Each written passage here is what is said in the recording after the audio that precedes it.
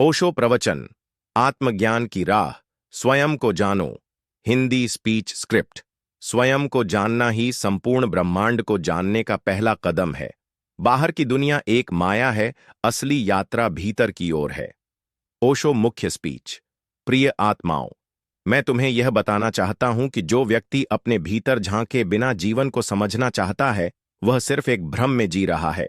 लोग मंदिर जाते हैं, मस्जिद जाते हैं, चर्च जाते हैं, परंतु जो सबसे पवित्र मंदिर है वह तो तुम्हारे भीतर है। जब तुम आंखें बंद करते हो और भीतर उतरते हो तो तुम ईश्वर के सबसे सुंदर रूप को देख सकते हो। वो हो तुम स्वयं। जीवन की दौड़ में लोग क्या खोज रहे हैं?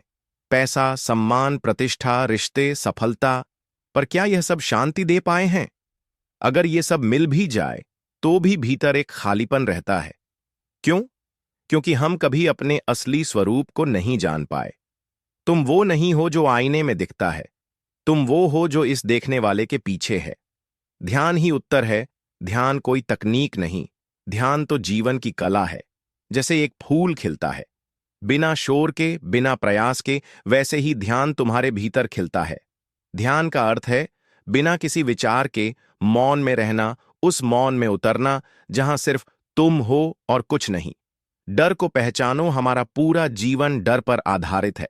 डर कि लोग क्या कहेंगे, डर कि कहीं असफल न हो जाए, डर कि कोई हमें छोड़ न दे।